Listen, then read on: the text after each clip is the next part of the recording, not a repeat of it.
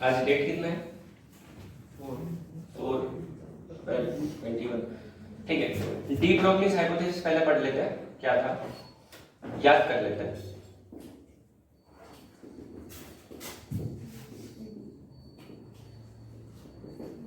तो de Broglie के हिसाब से क्या था, अगर लाइट जो है, जो कि वेव है, अगर वो पार्टिकल नेचर दिखा सकती है, तो पार्टिकल्स भी वेव नेचर दिखा सकते हैं।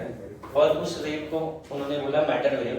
That matter wave has wavelength which is given by h/p, where p is linear momentum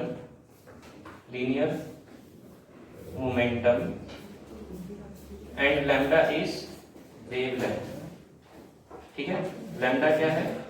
wavelength of what? Matter wave. तो हर पार्टिकल से एसोसिएटेड एक वेव हो सकती है, and that wave has wavelength which is h/p। what is p? p is momentum, linear momentum। linear momentum क्या होता है? मास times velocity. ठीक है, तो ये उन्होंने अपने थ्योरेसिस में बताया, थ्योरेटिकल जो उनका हाइपोथेसिस है, इट इज हाइपोथेसिस। अगेन इसको भी कोई थ्योरेटिकल बेसिस नहीं है, बट अब इसका यूज करके उन्होंने क्या एक्सप्लेन किया डी ब्रोगली में, जो बोहर्स मॉडल था उसको एक्सप्लेन किया। सो व्हाट ही सेड, जो इलेक्ट्रॉन है it is moving in circular orbit around the nucleus, ये इलेक्ट्रॉन है। So that electron creates a standing wave. क्योंकि इलेक्ट्रॉन वेव है तो वो ऐसा स्टैंडिंग वेव बनाएगा अलोंग दिस क्लोज पाथ। ठीक है, मैं अभी ऐसा अपने मन से स्टैंडिंग वेव बना रहा हूँ, एग्जैक्ट वेव बुक में दिया हुआ है कैसा स्टैंडिंग वेव बनेगा। ठीक है, पेज नंबर 330 पे वो दिख रहा है, सिमिलर टाइप का ही है, बस स्टैंडिंग वेव तो ऐसा दिखेगा, should look something like this, loop जैसा दिखेगा।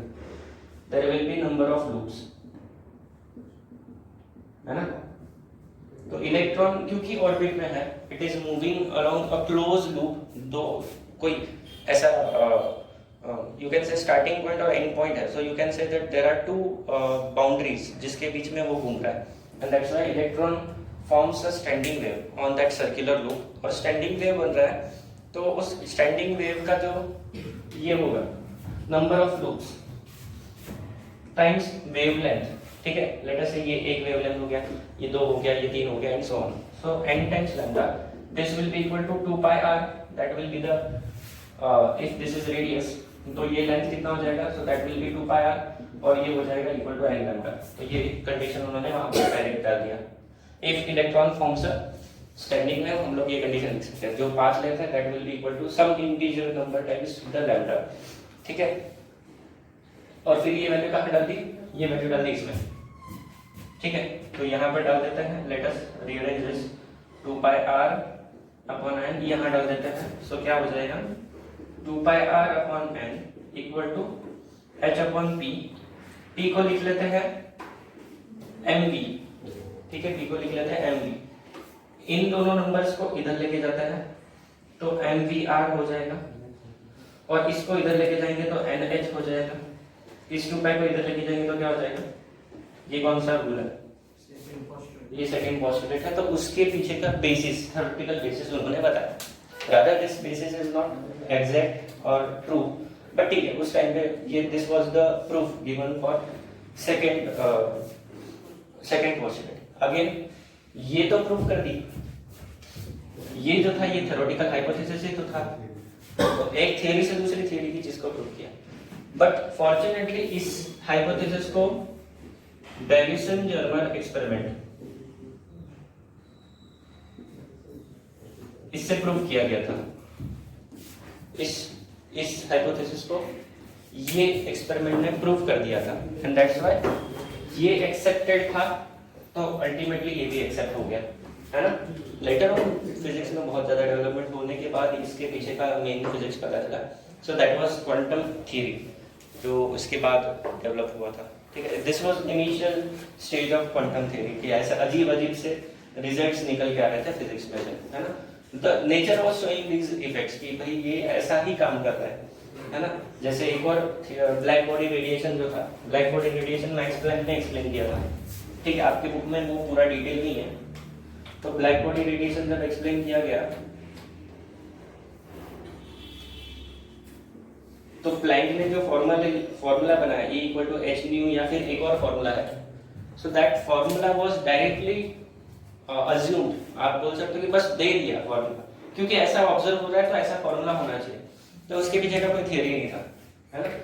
And that was very difficult for the scientist itself, जो मैक्स प्लैंक था, he was not happy with that hypothesis की एनर्जी जो है वो डिस्क्रीट है, एनर्जी कंटिन्यूअस नहीं है, E equal to h nu, ये जो फॉर्मूला उसने दिया, तो ही वाज नॉट हैप्पी, क्योंकि कोई फिजिक्स नहीं है, डायरेक्ट आप उठा के दे रहे हो फॉर्मूला, है ना।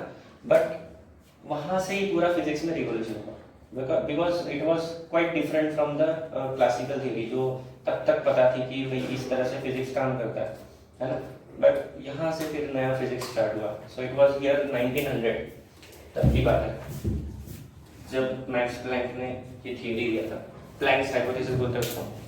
अगेन हाइपोथेसिस था, जैसे ये है डी ब्रॉगली हाइपोथेसिस, कोई थ्योरेटिकल बेसिस नहीं था। क्यों दे दिया? बिकॉज एक्सपेरिमेंट्स को से यही चीज प्रूव कर पा रही थी, एक्सपेरिमेंटल रिजल्ट्स को फिट करने के लिए ये हाइपोथेसिस, ये अजम्पशन करना पड़ा, and that was fitting experiments also. And later on पता चला कि ये तो थियरी को भी फिट कर रहा है। फिर लेटर ऑन और डेवलपमेंट हुआ तो पता चला कि भाई जो क्वांटम वर्ल्ड है, छोटे छोटे सब एटॉमिक पार्टिकल्स हैं, वो इसी तरीके से बिहेव करते हैं, अजीब वगैरह, है ना। तो ये हो गया आपका एटॉमिक फिजिक्स का पार्ट खत्म। अब जो सेकंड पार्ट है वो है एटॉमिक न्यूक्लियस। हमने एटम के बारे में पढ़ लिया, एटॉमिक मॉडल पढ़ लिया, अभी हम लोग क्या पढ़ेंगे? न्यूक्लियस के बारे में, ठीक है। वापस से जाएंगे रुदरफोर्ड के एक्सपेरिमेंट पे। रुदरफोर्ड का एक्सपेरिमेंट जब हुआ तब पता चला कि न्यूक्लियस नाम की कोई चीज़ होती है। सो न्यूक्लियस, ये टर्मिनोलॉजी कहाँ से आया है? From the Rutherford's alpha particle scattering experiment, या फिर आप बोल सकते हो गाइगर मार्सडन एक्सपेरिमेंट। ये अगेन रुदरफोर्ड के दोनों स्टूडेंट्स थे। रुदरफोर्ड ने बताया था ऐसा ऐसा एक्सपेरिमेंट करो, सो इन दोनों ने ये परफॉर्म किया था, और जो भी एक्सपेरिमेंटल क्रेडिट है वो इनको जाता है, थ्योरेटिकल क्रेडिट रुदरफोर्ड को जाता है। So from that experiment what was the conclusion कि खाली है पूरा का पूरा एटम, और सारा का सारा मास, सारा का सारा पॉजिटिव चार्ज और सारा का सारा मास कहाँ पर है? इस छोटे से पॉइंट में। और ये छोटे पॉइंट का साइज जो था, experimentally it was calculated to be 10⁻15 meter, and the size of atom was 10⁻−10 meter. This was the size of atom. कितना छोटा है न्यूक्लियस? 1,00,000 गुना छोटा है। If your nucleus is of 1 centimetre, तो ये 1,00,000 सेंटीमीटर होगा एटम, ठीक है। So this is the difference in size, ठीक है। दूसरी चीज़, सारा का सारा पॉजिटिव चार्ज यहाँ पर है, सारा का सारा क्या है? मास भी यहाँ पर है ना। Later on after this model there was discovery of neutron, neutral particle, जो न्यूक्लियस में ही हो सकते हैं बिकॉज उनका मास है ना। न्यूट्रॉन्स के बारे में चैडविक, शायद से चैडविक वाज द पर्सन वो डिस्कवर्ड न्यूट्रॉन्स, ठीक है। तो वो न्यूट्रॉन्स को भी कहाँ रखे? तो न्यूक्लियस में ही रखना पड़ेगा, क्योंकि सारा मास भी यहाँ पर है, 99.9% मास यहाँ पर है। और इलेक्ट्रॉन्स के बारे में ऑलरेडी पता था कि इलेक्ट्रॉन्स का जो चार्ज होता है इट इज़ 1.6 × 10⁻19 कूलम। इलेक्ट्रॉन्स का जो मास होता है इट इज़ 9.1 × 10⁻31 किलोग्राम, जो कि बहुत कम है। और जो हमारा प्रोटॉन का मास होता है दैट वाज अराउंड 1.67 × 10⁻27 किलोग्राम, काफ़ी ज़्यादा हैवी। कितना हैवी है? 31 और 27, कितना हो गया वो पावर का डिफरेंस? 4 का, मतलब ऑलमोस्ट 10,000 टाइम्स, है ना। 10⁻4 ना, तो 10,000 टाइम्स के आसपास इतना हैवी होता है प्रोटॉन। 10,000 कैसे आ रहा है? 27 और 31 देख लो, 10,000 आ रहा है क्या? ये वैल्यू शायद से 10 के पावर, ये तो करेक्ट है, इसको मुझे ज़रा डाउट आ रहा है, बट ये भी करेक्ट ही लग रहा है मेरे को, ठीक है। जो भी है, सो उतना हैवी है। Ultimately proton is heavier than electron, ये पता था। और mass of neutron is approximately equal to mass of proton, approximately equal to, exact जो है न्यूट्रॉन थोड़ा सा हैवी होता है प्रोटॉन के कंपैरिजन में। सो अब यहाँ से शुरू हो गया न्यूक्लियर फिजिक्स का ब्रांच। तो न्यूक्लियस के बारे में स्टडी शुरू हो गया। There was series of experiment जिसमें हम लोग न्यूक्लियस के बारे में पढ़ते हैं। तो न्यूक्लियस जो है उसको लिखने का एक तरीका है, there is a standard notation. कोई भी एलिमेंट है तो उसका ये सिंबल, केमिकल सिंबल, Z यहाँ लिखेंगे, A यहाँ लिखेंगे। Z इज कॉल्ड एटॉमिक, क्या बोलते हैं इसको? Atomic number, and A is called mass number या फिर एटॉमिक मास बोल सकते हो, एटॉमिक मास और mass number. For example hydrogen है तो हाइड्रोजन के अंदर एक ही प्रोटॉन होता है, तो atomic number gives you number of proton. Mass number gives you protons plus neutrons. ठीक है, ये पता है क्या आपको बेसिक? तो यहाँ पर हाइड्रोजन के अंदर एक ही प्रोटॉन है, 0 न्यूट्रॉन है तो 1H1।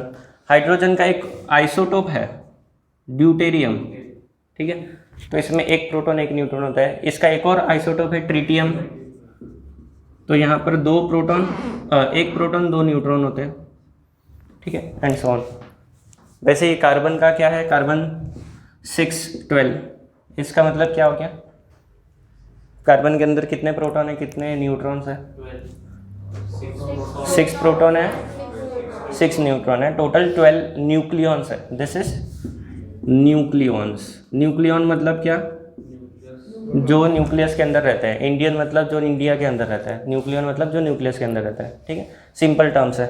तो ये हो गया अबाउट नोटेशन, इसको बोलते हैं हम लोग न्यूक्लियर नोटेशन। न्यूक्लियस को हम लोग इस तरह से डिनोट करते हैं। ऑक्सीजन का कैसा है? ऑक्सीजन का ये है, मतलब क्या हो गया? 8 प्रोटॉन्स है और ओके, और जितने प्रोटॉन होते हैं उतने इलेक्ट्रॉन होते हैं इन न्यूट्रल एटम। अगर न्यूट्रल एटम है तो जितने प्रोटॉन उतने इलेक्ट्रॉन, ठीक है। तो इससे हमें सब कुछ पता चलता है एटम के बारे में।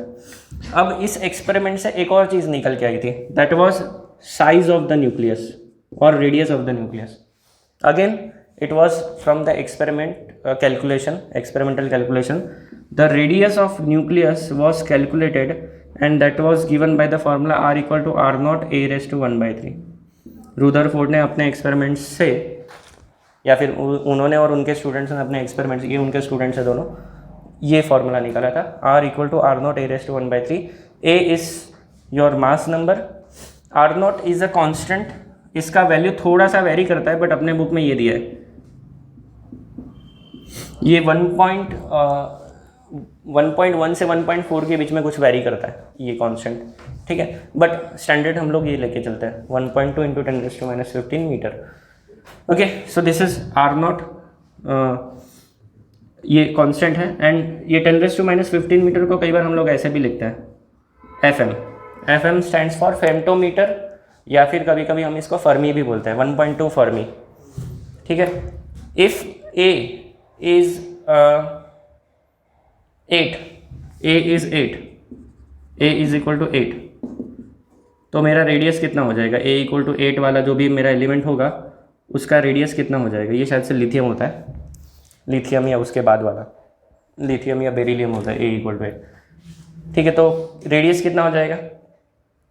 यहाँ डाल दो 1.2 A raise to 1/3 fermi, 1.2 A का वैल्यू कितना डाल दो? For A equal to later say 8 ले लिया हमने, तो क्या हो जाएगा? 8 रेज़ टू 1/3 कितना होता है? 2 टाइम्स 1.2 इज कितना 2.4 फर्मी, ठीक है। तो जितना आपका मास नंबर बढ़ते जाएगा उतना रेडियस क्या होगा? बढ़ते जाएगा, ये यहाँ से पता चल रहा है, ठीक है। आपको एग्जाम में ये तो शायद से हटा दिया है, बट अगर आ गया इस पे क्वेश्चन तो क्या आएगा? A दे देंगे और आपको पूछेंगे कि रेडियस निकालो, या फिर 2 एलिमेंट दे देंगे जिनका A दिया हुआ है दोनों का, एक का रेडियस दिया होगा, दूसरे का रेडियस निकालने बोलेंगे, तो क्या करोगे? 2 एलिमेंट दिए हैं, एक का, दोनों का A दिया हुआ है, एलिमेंट दिया मतलब दोनों का A दिया है, एक का रेडियस दिया दूसरे का नहीं दिया है, R नॉट भी नहीं दिया है, तो आपको दोनों को डिवाइड करना है। सो उस केस में क्या हो जाएगा? R1/R2 will be equal to A1/A2 raise to 1/3, ये फॉर्मूला, इसी को डिवाइड करके फॉर्मूला बन जाएगा। तो ये छोड़ के और कोई क्वेश्चन नहीं आ सकता इस फॉर्मूला पे। क्लियर है? आगे बढ़े। ये हो गया साइज ऑफ न्यूक्लियस के बारे में। This is about size of nucleus. Nuclear notation देखा हमने, साइज ऑफ न्यूक्लियस देखा। नेक्स्ट पॉइंट है डेंसिटी ऑफ न्यूक्लियस, ठीक है, ये भी शायद से हट चुका है, डेंसिटी ऑफ न्यूक्लियस, ठीक है। Considering nucleus to be sphere, nucleus क्या है? स्फीयर अज्यूम कर लेता है न्यूक्लियस को, क्योंकि वो राउंड है ना, ऐसे ही अज्यूम कर सकते हैं कि वो स्फीयर है। तो अगर वो स्फीयर है तो डेंसिटी होता है मास अपॉन वॉल्यूम, सही है, डेंसिटी होता है मास अपॉन वॉल्यूम। स्फीयर है तो स्फीयर का वॉल्यूम कितना होता है 4/3 पाई आर क्यूब। आर को रेडियस लिखेंगे, रेडियस ऑफ द न्यूक्लियस, यहाँ पर ये वाला फॉर्मूला लगाएंगे। मास जो है that is proportional to mass number, mass is proportional to mass number. Actually mass क्या होगा, mass of nucleus will be mass of proton plus mass of neutron, ठीक है। लेट अस अज्यूम कि मास of proton और mass of neutron बराबर बराबर है। हमारे पास मास ऑफ प्रोटॉन को कैसे लिख सकते, total mass, this is total mass of proton, ठीक है। लेट अस से मेरे पास p नंबर ऑफ प्रोटॉन्स है इनटू मास ऑफ प्रोटॉन, एक प्रोटॉन, स्मॉल m मतलब एक, और ये कैपिटल लिख लेते हैं। Let us write this as capital MP। Capital MP is total mass of proton, this is total mass of nucleus. Capital MN is total mass of all the neutrons, ठीक है, सबका मिला के। मेरे पास p प्रोटॉन है, p नहीं, हमारे पास कितने होते हैं z प्रोटॉन्स होते हैं, इनटू मास ऑफ 1 प्रोटॉन। कितने न्यूट्रॉन्स होते हैं, a माइनस z न्यूट्रॉन्स होते हैं, into mass of neutron, into mass of 1 neutron, ठीक है। मैं दोनों में से अप्रॉक्सीमेट ये कर रहा हूँ, mass of proton is nearly equal to mass of neutron, approximation चल रहा है यहाँ पर। So this will give you z plus a minus z MP लिख लो, इस दोनों को MP लिख सकते हैं हम लोग। मास of proton mass of neutron बराबर है, तो मैंने कॉमन ले लिया और ये वाली टर्म को कॉमन ले लिया, ये कट हो रहा है। a times mass of proton is your m, तो I can write this here. Mass of nucleus के लिए हम लोग क्या लिख सकते हैं, a times mass of 1 proton लिख सकते हैं क्या। Total mass of nucleus 4/3 pi r cube, r cube के लिए ये फॉर्मूला लगा लो, r0 क्यूब a⁻⁴ का क्यूब a हो जाएगा, a और a कट हो रहा है। So this gives you MP upon, या फिर 3MP अपॉन 4 पाई r0 क्यूब।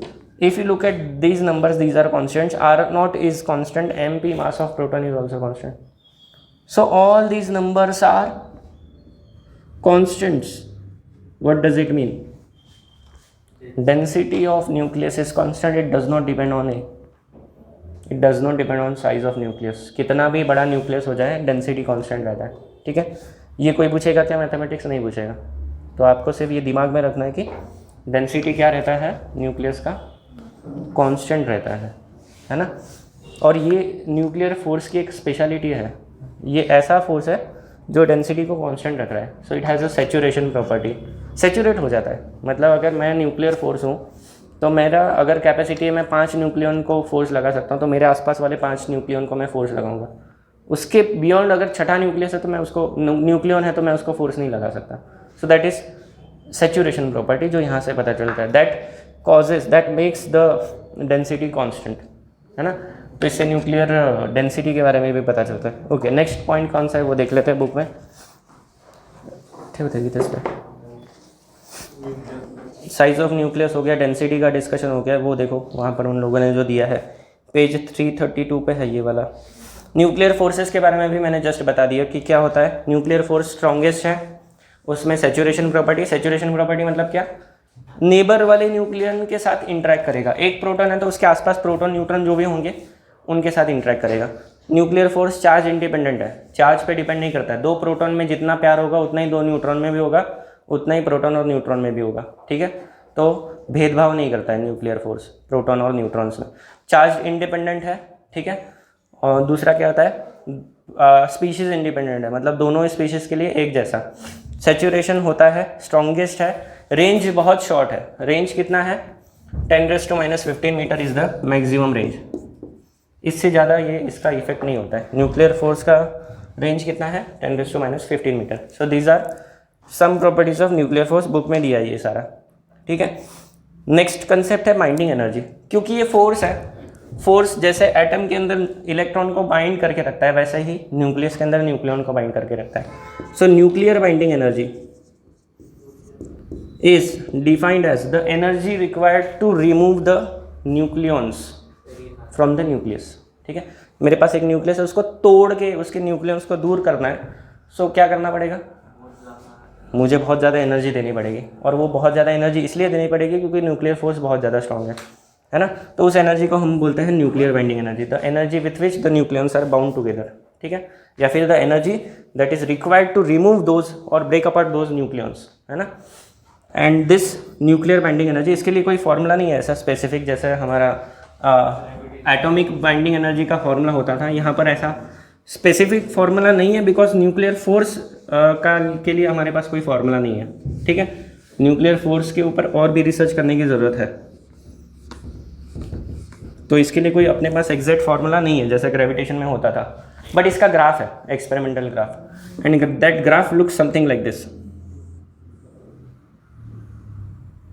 ऐसा कुछ तो, ठीक है। मेरा ग्राफ एग्जैक्ट नहीं है, एग्जैक्ट ग्राफ बुक में है। So this is binding energy per nucleon.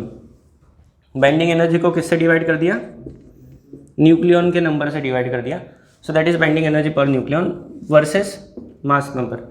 ये ग्राफ ऐसा कुछ तो आता है, ठीक है। ये जो पीक वैल्यू है यहाँ पर होता है अपना A = 56, which is your iron. Iron का मास नंबर होता है 56। So iron is the most stable element जिसका बाइंडिंग एनर्जी पीक मैक्सिमम होगा, अगर मैक्सिमम है। So this is the most stable, क्योंकि ये सबसे ज़्यादा स्ट्रांगली बाउंड न्यूक्लियस है, इसको तोड़ नहीं सकते कभी भी, ठीक है। So iron is the most stable element, you can say most stable nucleus. यहाँ पर कुछ पीक्स बन रहे हैं, कुछ शायद से यहाँ पर है हीलियम है, ऑक्सीजन है और शायद से नाइट्रोजन भी है, ऐसा कुछ सिलेक्टिव एलिमेंट्स है जिनके लिए you get peaks. So these peaks tells you that ये जो एलिमेंट्स है ये उनके नेबर्स के कंपैरिजन में इनके न्यूक्लियस ज़्यादा स्टेबल है। इनके जो नंबर्स है वो ये ऐसे है, मास नंबर मतलब A या एटॉमिक नंबर Z, इनकी वैल्यूज़ 2, 8, 20, 28, 50, 82, 126। ये नंबर्स में से अगर कोई भी है A या Z की वैल्यू, देन द एलिमेंट और then that nucleus is much more stable than its neighbourhood. उसके आसपास के बाकी न्यूक्लियस के कंपैरिजन में ये वाले ज़्यादा स्टेबल होते हैं, ठीक है। ये 50 या 56 से ये ज़रा डाउट है इस नंबर के बारे में, बाकी सारे नंबर सही है। सो यहाँ से क्या समझ में आ रहा है, these numbers are called magic numbers. अपने बुक में नहीं है मैजिक नंबर्स, ये मैं थोड़ा सा एक्स्ट्रा नॉलेज दे रहा हूँ। तो अगर कोई एलिमेंट है, कोई न्यूक्लियस है जिसका A और Z इस नंबर्स में से है, then that is more stable than other elements, ठीक है। और सबसे ज़्यादा स्टेबल कौन सा है, ये है आयन। आयन का ये देखो तो क्या है, मास नंबर और एटॉमिक नंबर दिया है क्या बुक में, आयन का क्या है क्या, तुमको पता है क्या, गूगल कर लो, नहीं पता है तो। आयन का A और Z बताओ। Z तो मैंने बता दी, A तो 56 है पता है मेरे को, Z कितना है देख लो।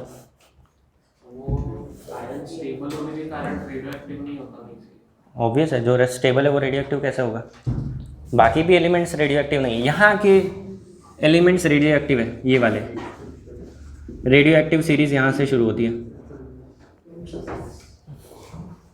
कितनी है आयन, कितनी है 56 से ले लें।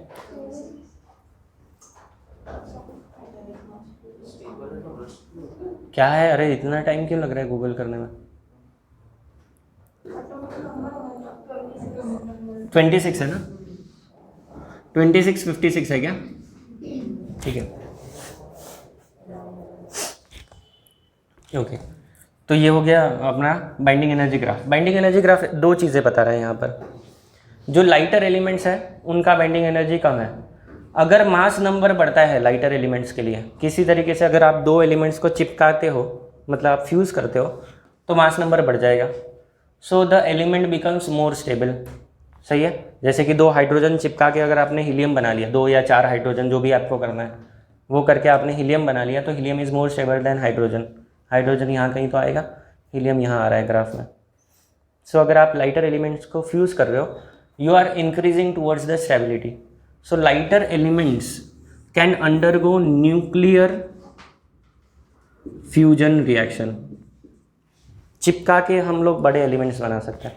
ये होता है स्टार्स के अंदर, लाइटर एलिमेंट्स फ्यूज होते हैं और हेवियर एलिमेंट्स बनता है ना। न्यूक्लियस स्टार्स के कोर के अंदर होता है, अपने सन के अंदर भी यही होता है, हाइड्रोजन फ्यूज़ होता है, हीलियम बनता है, फिर हीलियम फ्यूज़ होता है, ऑक्सीजन, नाइट्रोजन, कार्बन, ये सारा बनता है, ठीक है। तो यहाँ से यहाँ जाओगे तो स्टेबिलिटी बढ़ रहा है, तो ये पॉसिबल है। ये हेवियर एलिमेंट का जो बाइंडिंग एनर्जी है वो कम है, तो हेवियर एलिमेंट जो है ये 120 के आगे के नंबर्स हैं, हेवियर एलिमेंट को तोड़ेंगे तो क्या हो जाएगा, बड़े एलिमेंट को तोड़ेंगे तो मास नंबर कम हो जाएगा, तो बाइंडिंग एनर्जी क्या हो रहा है, बढ़ रहा है, स्टेबिलिटी बढ़ रहा है, ठीक है। सो हेवियर एलिमेंट को तोड़ा जा सकता है, तोड़ने के रिएक्शन को बोलते हैं हम लोग nuclear fission, nuclear fission reaction. So we can break heavier elements, we can fuse lighter elements to get more stable elements in the nature, है ना। हेवियर एलिमेंट का एक और स्पेशल प्रॉपर्टी है विच इज़ रेडियो एक्टिविटी, ठीक है। Heavier element इतने unstable होते हैं उनके nucleus that they start emitting some kind of radiations. There are 3 category of radiation, alpha, beta and gamma. इसका हम लोग डिस्कशन करेंगे, alpha radiation, gamma radiation and beta radiation, radioactivity में पढ़ेंगे, ठीक है। सो ये इनकी खास बात है, दे आर रेडियो एक्टिव। मेरे ख्याल से इतना ही बाइंडिंग एनर्जी के लिए सफिशिएंट है, बाकी आप पढ़ लो। बाइंडिंग एनर्जी है क्या देखो तो सिलेबस में, ये हट चुका है, हाँ हट चुका है नहीं है ना, तो ठीक है, उसका फॉर्मूला डिस्कस नहीं करता है, वहाँ पर फॉर्मूला दिया हुआ है। हाँ मास डिफेक्ट बता दूँ क्या, ठीक है चलो थोड़ा सा और बता देता हूँ।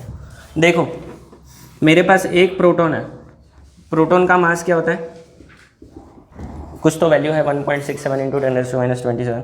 न्यूट्रॉन का भी वैसे ही है, आगे के कुछ 6 डिजिट्स तक वो कैलकुलेट किया जाता है, ठीक है, और लास्ट के कुछ 4 डिजिट में फ़र्क है प्रोटॉन और न्यूट्रॉन के केस में। सो लेट अस से मैंने फॉर एग्जांपल हम लोग क्या ले लेते हैं, हीलियम ले लेते हैं। Let us take helium. Helium क्या है, 4He2 है। सो इसमें कितने प्रोटॉन कितने न्यूट्रॉन्स हैं, ठीक है। So if I multiply 2 number of protons into mass of proton plus number of neutrons helium के केस में into mass of neutron, so I should get mass of nucleus logically, है ना। ये कितना होना चाहिए, this should be exactly equal to the actual mass of nucleus, but when you measure actual mass of nucleus it is less than, actual mass of nucleus is less than this, तो बाकी का मास कहाँ गया, है ना। अगर मैंने 1 kilo लिया, उसके साथ दूसरा 1 किलो डाला, फिर एक और 1 किलो डाला, तो कितना किलो हो गया, 3 किलो। अगर आप एक्सपेरिमेंटली मेजर करो तो 2.5 किलो आ रहा है, तो आधा किलो कहाँ गया, है ना। ऐसा ही कुछ यहाँ पर हो रहा है, तो मास गायब हो रहा है, that is called mass defect. Mass गायब हो गया, तो वो मास कहाँ चला गया, वो मास यहाँ यूज़ हो गया। न्यूक्लियॉन्स को बाइंड करने में मास एनर्जी में कन्वर्ट हो गया, and that is nuclear binding energy. और जब अगर आप उसका उल्टा करते हो, इन न्यूक्लियस को तोड़ते हो, तो ऑब्वियसली तोड़ने में कुछ एनर्जी लगेगा, लेकिन वो टूटने के बाद क्या हो जाएगा, क्योंकि वो मास वहाँ पर मिस हो गया था, वो एनर्जी में यूज़ हो रहा था, वो एनर्जी रिलीज हो जाएगी, ठीक है। And that is how we get energy from nuclear fusion reactions. हम लोग क्या करते हैं, उसको तोड़ते हैं, तोड़ने से एनर्जी रिलीज इसलिए होती है क्योंकि वो जो मास डिफेक्ट है दैट कम्स आउट और that gets converted again to the energy, ठीक है, और वो एनर्जी रिलीज होती है। So this is your concept of mass defect. तो मास डिफेक्ट होता है mass of nucleus, mass of nucleons, total nucleons minus mass of nucleus, ठीक है। न्यूक्लियॉन्स का मास मतलब क्या, Z प्रोटॉन्स होते हैं into mass of proton plus A minus Z neutrons होते हैं इंटू मास ऑफ न्यूट्रॉन, ये हो गया मास ऑफ न्यूक्लियॉन्स। कितने न्यूक्लियॉन्स होंगे, Z protons, mass of proton, A minus Z क्या है, neutrons, mass of neutron minus mass of nucleus, actual जो हम एक्सपेरिमेंट से जो न्यूक्लियस का मास आता है कैलकुलेट करने के बाद वो। सो दिस इज मास डिफेक्ट, वो फॉर्मूला आपके बुक में दिया है, ठीक है। बड़े आगे दोनों पॉसिबल है, प्रैक्टिकली दोनों पॉसिबल है, और हम लोग अर्थ पे दोनों अचीव कर चुके हैं, है ना। एक्सपेरिमेंटली लैब में हमने दोनों अचीव किया है।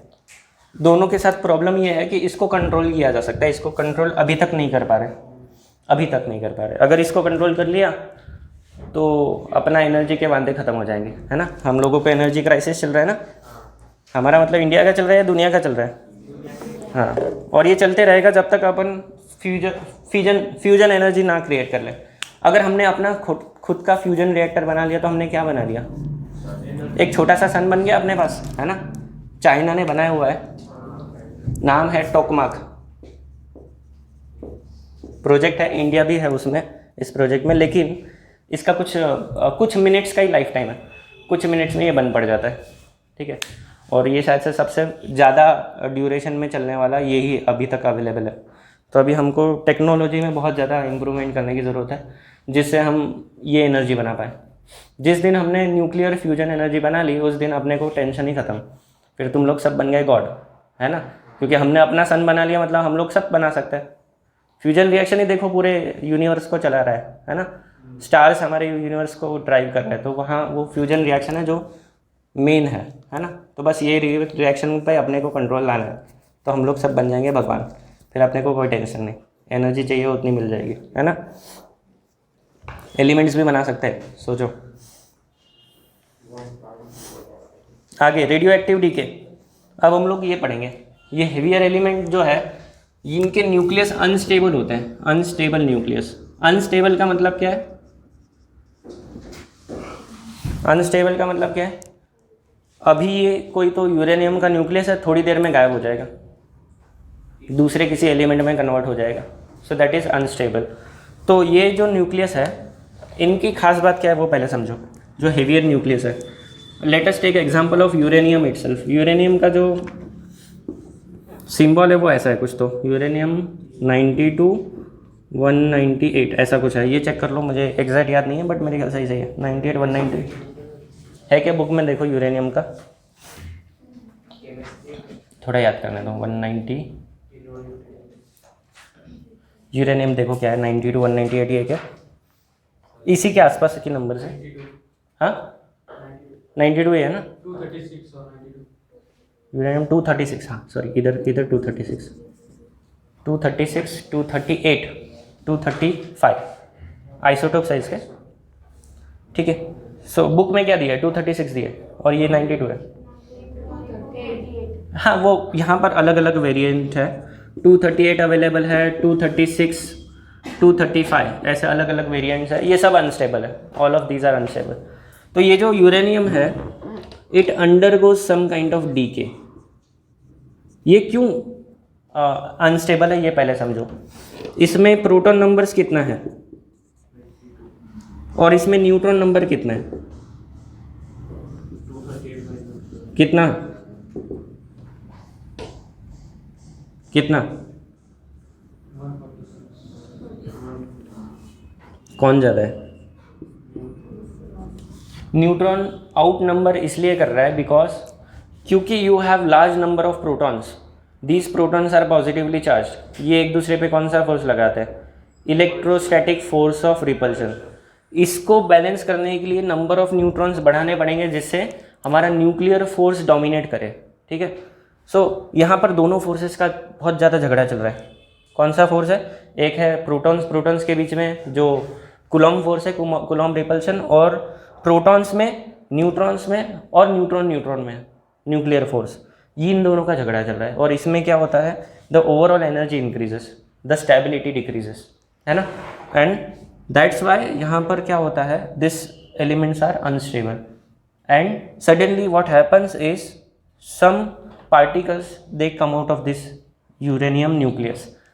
उसमें से अल्फा निकल सकता है, बीटा भी निकल सकता है, गैमा भी निकल सकता है। अगर कोई एलिमेंट में से लेट अस से ये अपना स्टैंडर्ड नोटेशन यूज़ करते हैं XAZ, हाँ, ये कोई तो एलिमेंट है, उसमें से अगर अल्फा पार्टिकल निकल जाए, if alpha particle is emitted then your XA reduces by 4 and Z reduces by 2.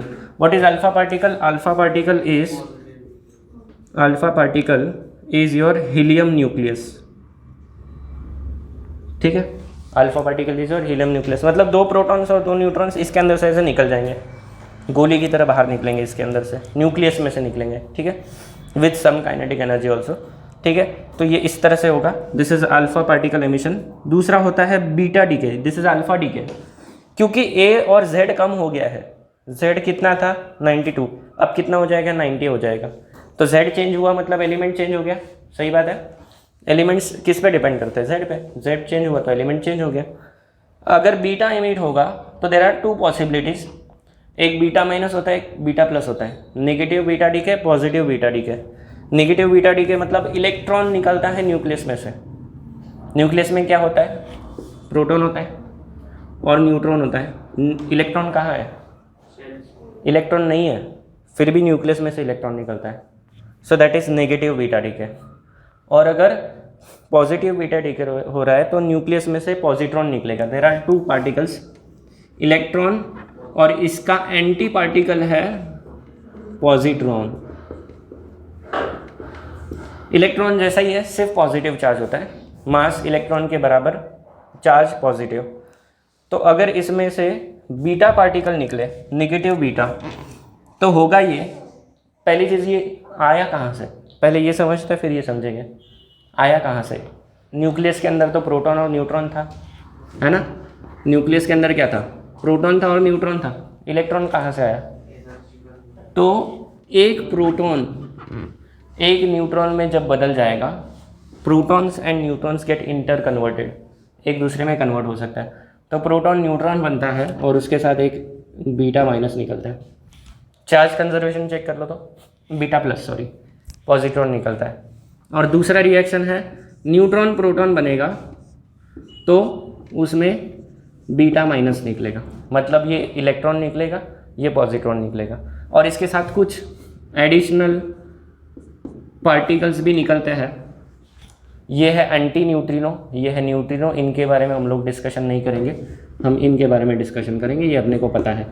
Proton becomes neutron and there is beta plus, beta plus particle मतलब कि पॉजिट्रॉन निकलता है। Neutron becomes proton and beta minus particle निकलता है, मतलब कि electron निकलता है। चार्ज चेक कर लो, ये माइनस ई चार्ज है इसका, इसका चार्ज प्लस ई है, टोटल चार्ज कितना, तो चार्ज कंजर्वेशन हो रहा है, इधर चार्ज जीरो, इधर चार्ज जीरो है, इनका चार्ज नहीं होता है, these are neutral particles. Proton में भी देख लो, यहाँ पर चार्ज प्लस ई है, इधर जीरो है, इधर प्लस ई है, तो चार्ज कंजर्वेशन यहाँ पर भी हो रहा है। So these reactions are correct, ठीक है, चेक करने के लिए था रिएक्शन कैसे करेक्ट है या नहीं चेक कर सकता है। केमिस्ट्री में जैसे रिएक्शन होता है वैसे न्यूक्लियर फिजिक्स में भी न्यूक्लियर रिएक्शंस होते हैं, दीज आर न्यूक्लियर रिएक्शंस। तो if beta minus is emitted तो क्या हो रहा है, एक न्यूट्रॉन का कन्वर्जन एक प्रोटॉन में हो रहा है, तो क्या बढ़ जाएगा, z नंबर बढ़ जाएगा, सही बात है। अगर ये z है तो ये z+1 हो जाएगा। a में कोई चेंज आएगा क्या, प्रोटॉन का न्यूट्रॉन में कन्वर्जन हो या न्यूट्रॉन का प्रोटॉन में हो तो नंबर ऑफ न्यूक्लियॉन्स तो उतना ही है, तो a में कोई चेंज नहीं आएगा, भले ही बीटा माइनस हो या बीटा प्लस हो। अब बीटा प्लस के केस में क्या होगा, if your beta plus is emitted, ये बीटा माइनस रिएक्शन था, बीटा प्लस के केस में ए तो सेम ही रहेगा, बीटा प्लस में क्या हो रहा है, प्रोटॉन बिकम्स न्यूट्रॉन, प्रोटॉन मतलब कौन सा, z एक से कम हो रहा है, प्रोटॉन न्यूट्रॉन बन गया तो z एक से कम हो गया, z एक से कम हो गया तो यहाँ पर z-1, ठीक है। सो ये रिएक्शंस आप याद रख सकते हो, इस पर अभी आजकल तो क्वेश्चन आना पॉसिबल नहीं है, कट हो चुका है ना सिलेबस से, तो नहीं आएगा क्वेश्चन, अदरवाइज इसके रिएक्शंस आते हैं। अल्फा पार्टिकल निकल गया तो आपको बस ये याद रखना है, ये कम होगा 4 से, ये 2 से, बीटा माइनस निकल गया तो 1 से बढ़ेगा, बीटा प्लस निकला तो 1 से घटेगा। मेरे ख्याल से बीटा माइनस ही आपके सिलेबस में, बीटा प्लस नहीं है, ठीक है। तो ये इस तरह से काम होता है, प्रोटॉन्स और न्यूट्रॉन्स एक दूसरे में कन्वर्ट होते हैं, ठीक है। Generally proton decays to neutron, ये प्रोबेबिलिटी ज़्यादा होती है, अगर नेचर में एक प्रोटॉन आपको रिलीज़ कर दो तो वो डीके हो जाता है न्यूट्रॉन में।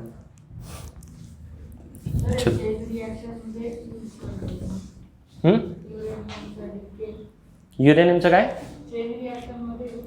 नहीं, चेन रिएक्शन अलग है, ये तो मैं सिर्फ डीके बता रहा हूँ, these are radioactive decay, chain reaction is different, ये चेन रिएक्शन नहीं है, ये जो मैं पढ़ा रहा हूँ ये क्या है, ये डीके है, radioactive decay. Radioactive decay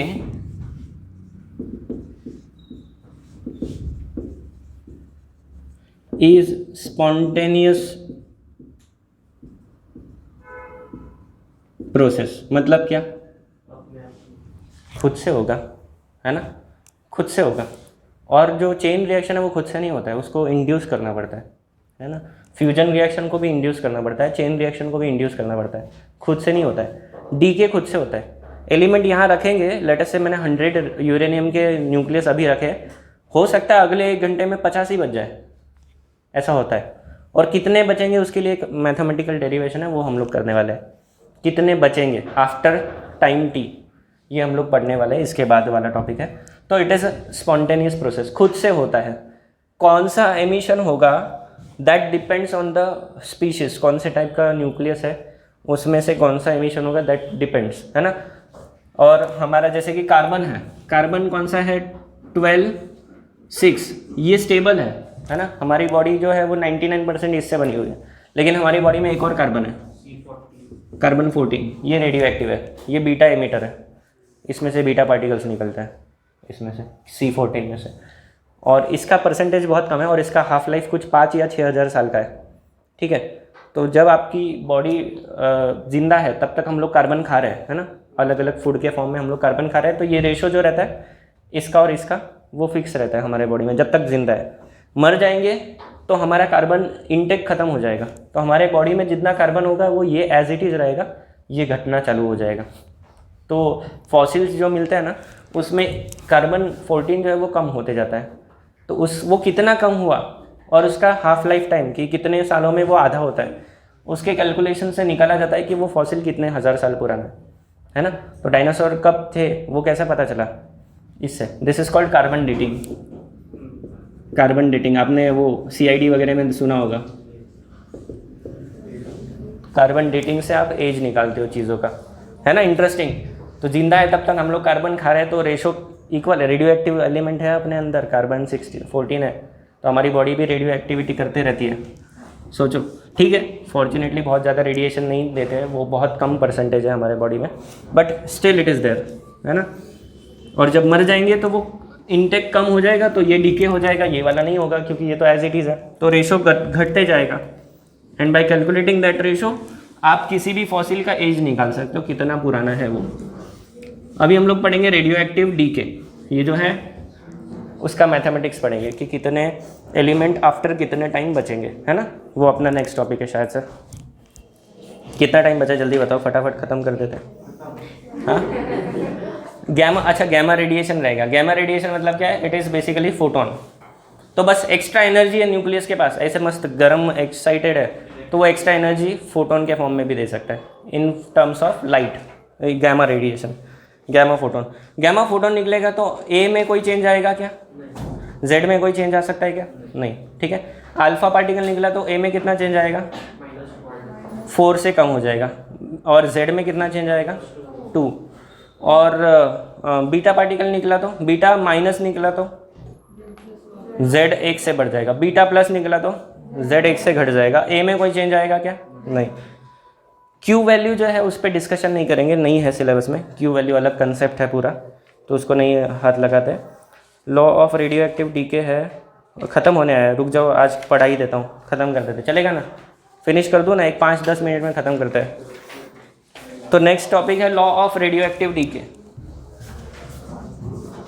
law of radioactive decay, law of radioactive decay.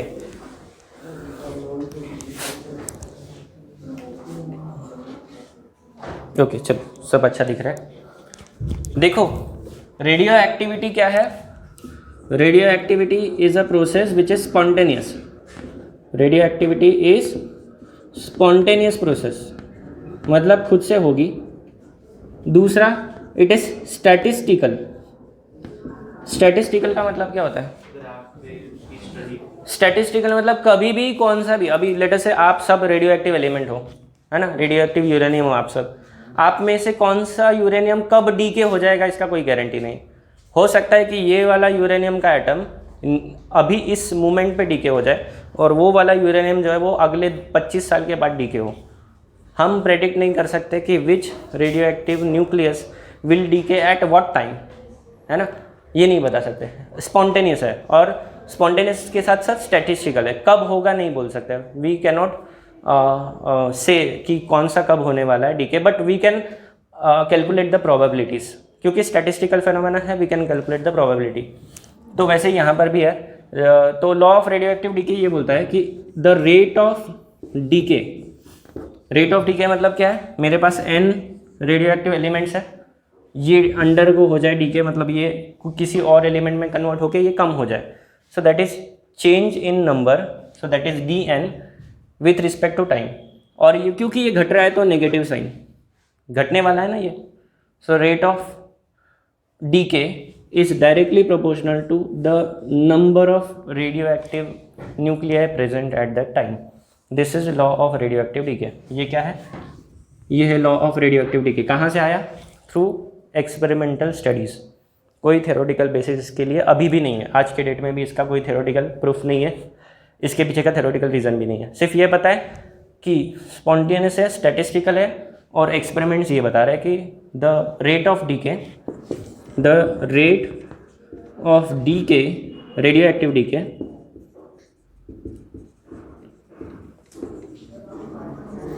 is directly proportional to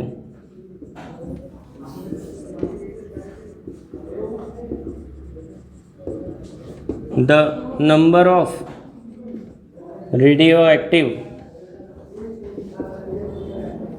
nuclei present at that instant। ठीक है, उस वक्त कितने एलिमेंट्स प्रेजेंट है। अगर मेरे पास 100 है तो रेट लेट अस से कुछ XYZ वैल्यू है, अगर मेरे पास 50 है तो रेट क्या होगा, 100 के कंपैरिजन में कम होगा, रेट ऑफ डीके कम हो जाएगा। तो जब आपके number of radioactive elements घटेंगे तो रेट ऑफ डीके भी घट जाएगा। जब आपके पास 1000 रेडियो एक्टिव न्यूक्लियस है तो ज़्यादा तेज़ी से वो डीके होंगे, है ना।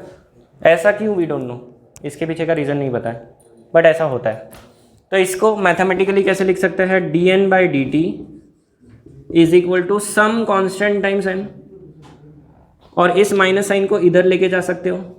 This lambda is called decay constant, constant of proportionality है, it is called decay constant. और ये रेडियो एक्टिव स्पीशीज पे डिपेंड करता है, कौन सा न्यूक्लियस डीके हो रहा है उसका लैम्डा अलग होगा। हर न्यूक्लियस का अपना अलग एक लैम्डा के वैल्यू होती है, ठीक है।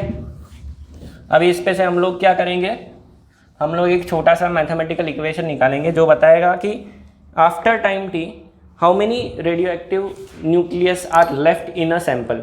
मेरे पास लेटर से 100 है तो 1 घंटे के बाद कितने बचेंगे, उसके लिए फॉर्मूला निकालेंगे from this equation. This is a differential equation, if you look at this it is a differential equation. सही बात है, मैथ्स में पढ़ाया है आपको। ये कौन से ऑर्डर की इक्वेशन है, फर्स्ट ऑर्डर डिफरेंशियल इक्वेशन है। लीनियर डिफरेंशियल इक्वेशन है या हायर ऑर्डर है, it is linear differential equation, power 1 है, फर्स्ट डेरिवेटिव है, first order and linear differential equation. तो कैसे सॉल्व करता है इसको, इसके लिए प्रोसेस क्या होता है मैथ्स में, वेरिएबल सेपरेबल फॉर्म पढ़ाया है क्या, मैथ्स में पढ़ाया होगा ना, वेरिएबल सेपरेबल मेथड। इसमें इस इक्वेशन को सॉल्व करना है, वेरिएबल्स को सेपरेट करना है। लेट अस काउंट वेरिएबल्स, कौन से वेरिएबल, n चेंज होने वाला है टाइम के साथ, तो टाइम और n वेरिएबल है। लैम्डा क्या है, n वेरिएबल है। कितने वेरिएबल्स है टोटल, एक वेरिएबल को लेफ्ट साइड ले लो, दूसरे वेरिएबल को राइट साइड ले लो, इंटीग्रेट करो, इस प्रोसेस को बोलते हैं वेरिएबल सेपरेबल फॉर्म, है ना। और ऐसे डिफरेंशियल इक्वेशंस को वेरिएबल सेपरेबल मेथड से सॉल्व किया जाता है। So what we will do, consider, यहाँ से मैं प्रूफ दे रहा हूँ, proof of this equation n equal to n0 e raise to minus lambda टी, इसको मैं प्रूफ करने वाला हूँ अभी, ठीक है। ये इक्वेशन है जिसको हम लोग प्रूफ करेंगे। क्या बताता है, after time T how many radioactive species are left, ठीक है, ये बताएगा आपको। So let us consider this equation, consider law of radioactive decay, dN/dt equal to minus lambda n। मेरे पास दो वेरिएबल है n और t, n को लेफ्ट साइड लेते हैं तो dN/n इक्वल टू क्या हो जाएगा, देखो तो n लेफ्ट साइड गया, टाइम राइट साइड गया, मैंने वेरिएबल सेपरेट कर लिया क्या, कांस्टेंट को उनकी जगह रखो, उनसे कोई फ़र्क नहीं पड़ता है। नेक्स्ट स्टेप होता है इंटीग्रेट करो, इंटीग्रेट कर रहा हूँ, इंटीग्रेशन dn/n, अपने को ज़्यादा जगह लगेगी, इक्वल टू क्या हो जाएगा, ठीक है।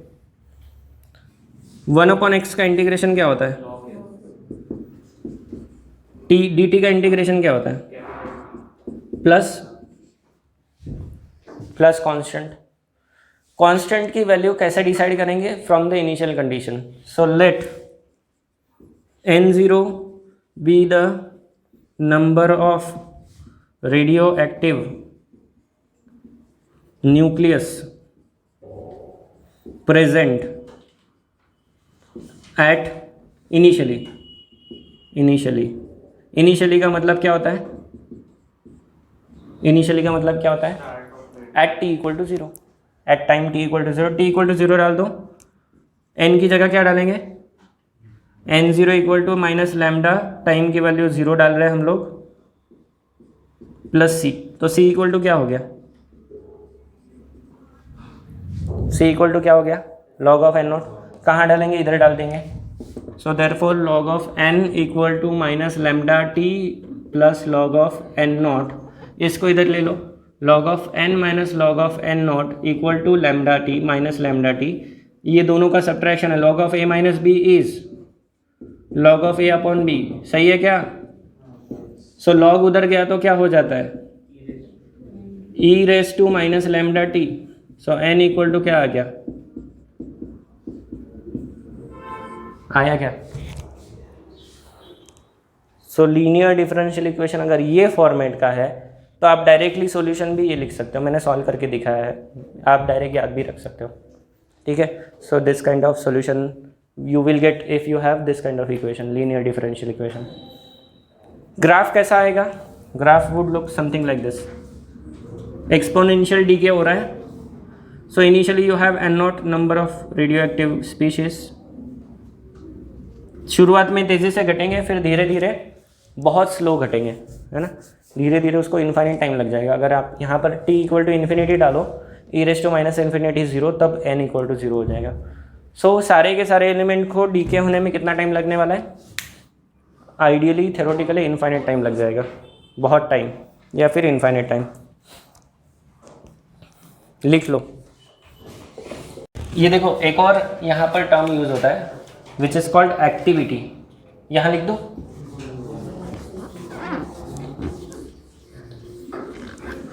Activity is defined as minus dn/dt, ठीक है, activity is defined as minus dn/dt। तो अगर एक्टिविटी को हम लोग अगर ये बोल रहे हैं माइनस dn/dt, तो थोड़ा सा मैथमेटिक्स करने के बाद you will get similar relation, activity at any time t is equal to activity at time 0 e raise to minus lambda t, ठीक है। सेम रिजल्ट आता है एक्टिविटी के लिए भी, थोड़ा मैथमेटिक्स से आप करके देखना होमवर्क में, ठीक है। So activity is your a0 e raise to minus lambda t, ये याद रखो, न्यूमेरिकल्स में पूछते हैं इसलिए। दूसरी चीज, एक्टिविटी का यूनिट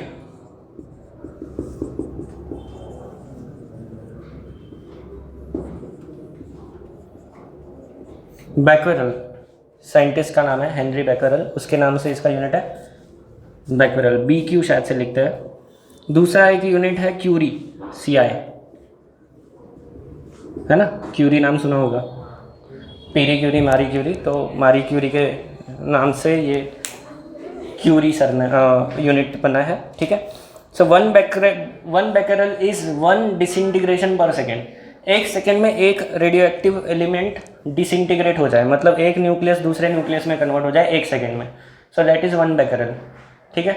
और 1 curie is 3.7 into 10 disintegration per second. 1 curie is 3.7 into 10 disintegrations और decay per second. 1 becquerel is 1 decay per second. ये कुछ चीज़ें याद रखो, न्यूमेरिकल्स में काम आएगी, ठीक है। नेक्स्ट कंसेप्ट है हाफ लाइफ। नेक्स्ट कंसेप्ट है हाफ लाइफ।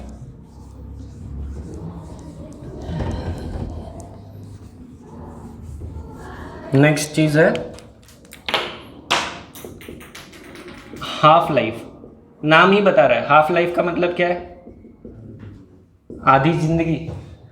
तो हमारे जो रेडियो एक्टिव स्पीशीज है एन, वो जब आधे हो जाएंगे उस टाइम को बोलेंगे half life.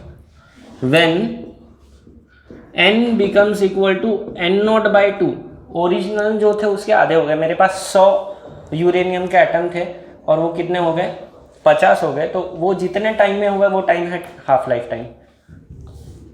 Time T is equal to T half. ये शायद आपने बुक में कैपिटल टी हाफ दिया है, we will use this symbol T half. T half मतलब हाफ लाइफ टाइम। तो ये क्या होता है, यहाँ पर देख डाल दो वैल्यूज। n/2 इस फॉर्मूला में डाल रहे हैं यूजिंग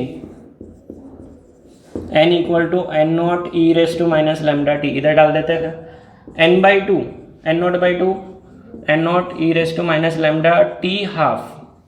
क्या किया मैंने? ये जो n है, n की वैल्यू मैंने एन नॉट बाई टू डाला, तो मैं वो टाइम टी हाफ निकालने की कोशिश कर रहा हूँ। उसका क्या फॉर्मूला बन रहा है, ठीक है। सो यहाँ पर एन नॉट कट हो जाएगा, यहाँ हाफ बचेगा। E raise to minus lambda T half. E raise to minus x है तो इसको 1/e⁻x लिख सकते हैं। सो यहीं पर लिख लेते हैं e raise to lambda T half. ये समझा क्या? ये समझा? नेगेटिव पावर था तो मैंने डिनोमिनेटर में लिखा। So 2 equal to E raise to lambda T half. E raise to उधर गया तो लॉग हो जाएगा, log 2 equal to lambda T half. Log 2 का वैल्यू होता है 0.693। लैम्डा को इधर ले लो। So your half life time is 0.693 divide by decay constant. Half life time क्या होता है? 0.693 divide by decay constant. Decay constant किसी एलिमेंट के लिए अगर पता है तो आप हाफ लाइफ निकाल सकते हो। हाफ लाइफ पता है तो डी के कॉन्स्टेंट निकाल सकते हो। हाफ लाइफ को एक्सपेरिमेंटली कैलकुलेट किया जा सकता है ना। अभी मेरे पास अगर 50 ग्राम यूरेनियम है, मैंने टाइमर स्टार्ट कर दिया, जब वो 50 ग्राम का 25 ग्राम हो जाएगा टाइमर स्टॉप कर दूंगा, मेरे पास हाफ लाइफ टाइम आ जाएगा, ठीक है। तो वैसे किया जा सकता है।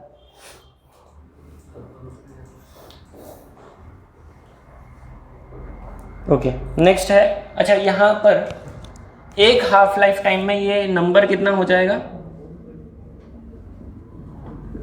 n0/2 हो जाएगा, सही बात है। टाइम कितना होगा? 1 हाफ लाइफ टाइम, ठीक है। कुछ एलिमेंट्स का हाफ लाइफ होता है फ्रैक्शंस ऑफ सेकेंड, कुछ एलिमेंट्स का हाफ लाइफ होता है थाउजेंड्स ऑफ ईयर्स। यूरेनियम का थाउजेंड्स ऑफ ईयर्स है ना, मतलब यूरेनियम को ख़त्म होने में बहुत टाइम लगना है। नेक्स्ट हाफ लाइफ टाइम में कितना हो जाएगा? एक और हाफ लाइफ टाइम में कितना हो जाएगा? ये n/2 का और हाफ, मतलब कितना? n0/4। Next half life time में क्या हो जाएगा? n0/4 हो जाएगा। उसके अगले हाफ लाइफ टाइम में क्या हो जाएगा? n0/8। मतलब ये जो है 1/2 raise to n after n half lives, small n दे देता हूँ, आफ्टर n हाफ लाइफ्स आपका जो सैंपल है वो इतना डीके हो जाएगा, है ना। फर्स्ट इसमें हाफ डीके हो जाएगा, 2 हाफ लाइफ टाइम में कितना हो जाएगा? 1/2 का स्क्वायर 1/4 हो जाएगा ओरिजिनल का। 3 हाफ लाइफ साइकिल में कितना हो जाएगा? 1/2 का क्यूब 1/8 हो जाएगा, ठीक है। अगर एक रेडियो एक्टिव सैंपल जो है उसका हाफ लाइफ टाइम 24 साल है, एक रेडियो एक्टिव सैंपल है जिसका हाफ लाइफ टाइम 24 साल है, तो 12.5 साल में वो कितना हो जाएगा?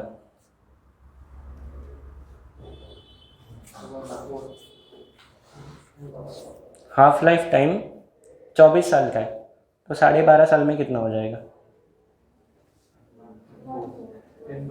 नहीं होगा, लिख लो, होमवर्क में करो इसको, क्वेश्चन को होमवर्क में वर्कआउट करो। हाफ लाइफ टाइम कितना है? 24 साल का है, तो 12.5 साल में कितने एलिमेंट्स बचेंगे? अगर ओरिजिनल n है तो ओरिजिनल n 0 है तो एक हाफ लाइफ में मतलब 12.5 साल में कितना हो जाएगा? टी हाफ कितना बताया मैंने? 24 साल। और टाइम कितना बताया? 12.5 साल में n कितना हो जाएगा ये पूछा है आपको, ये आपको दिमाग लगा के करना है, मैं अभी नहीं बताऊंगा उसका आंसर, आगे बढ़ता है। एवरेज लाइफ टाइम, क्योंकि हर एलिमेंट का अलग अलग लाइफ टाइम है, भले हाफ लाइफ हमने डिटरमाइन कर लिया कि कितना है, हमें ये पता है कि इट्स अ स्टैटिस्टिकल प्रोसेस। अगर ये यूरेनियम है, इस क्लासरूम में आप सब यूरेनियम हो, आपका हाफ लाइफ टाइम लेटर से 2000 ईयर्स है, तो इसका मतलब ये नहीं कि आप सारे के सारे 2000 साल के बाद डीके हो जाओगे। आप में से कुछ अभी डीके हो जाएंगे, कुछ अगले 2 घंटे में डीके हो जाएंगे, कुछ 1000 साल में डीके होंगे, कुछ 2000 साल में भी डीके नहीं होंगे, है ना। तो इट्स अ स्टैटिस्टिकल प्रोसेस, कुछ पहले डीके होते हैं, कुछ लेट डीके होता है ना। सो हम लोग ये नहीं डिटरमाइन कर सकते कि कौन सा कब होने वाला है, तो यहाँ पर हम लोग डिफाइन करते हैं average time, average life time, क्योंकि हर एक का लाइफ टाइम अलग अलग है। So we define one more quantity which is called average life time, and average life time is 1/λ। Average life time is defined as 1/λ। उसका भी एक मैथमेटिकल स्टेप है, लेकिन मैं वो स्किप कर रहा हूँ, वो मत करो, है ना, छोड़ सकते हो। इंटीग्रेशन वगैरह किया है और उसको सॉल्व नहीं किया है, इंटीग्रेशन को सॉल्व नहीं किया है, डायरेक्ट उन लोगों ने डिफाइन किया है। Final answer that in average life time is 1/λ।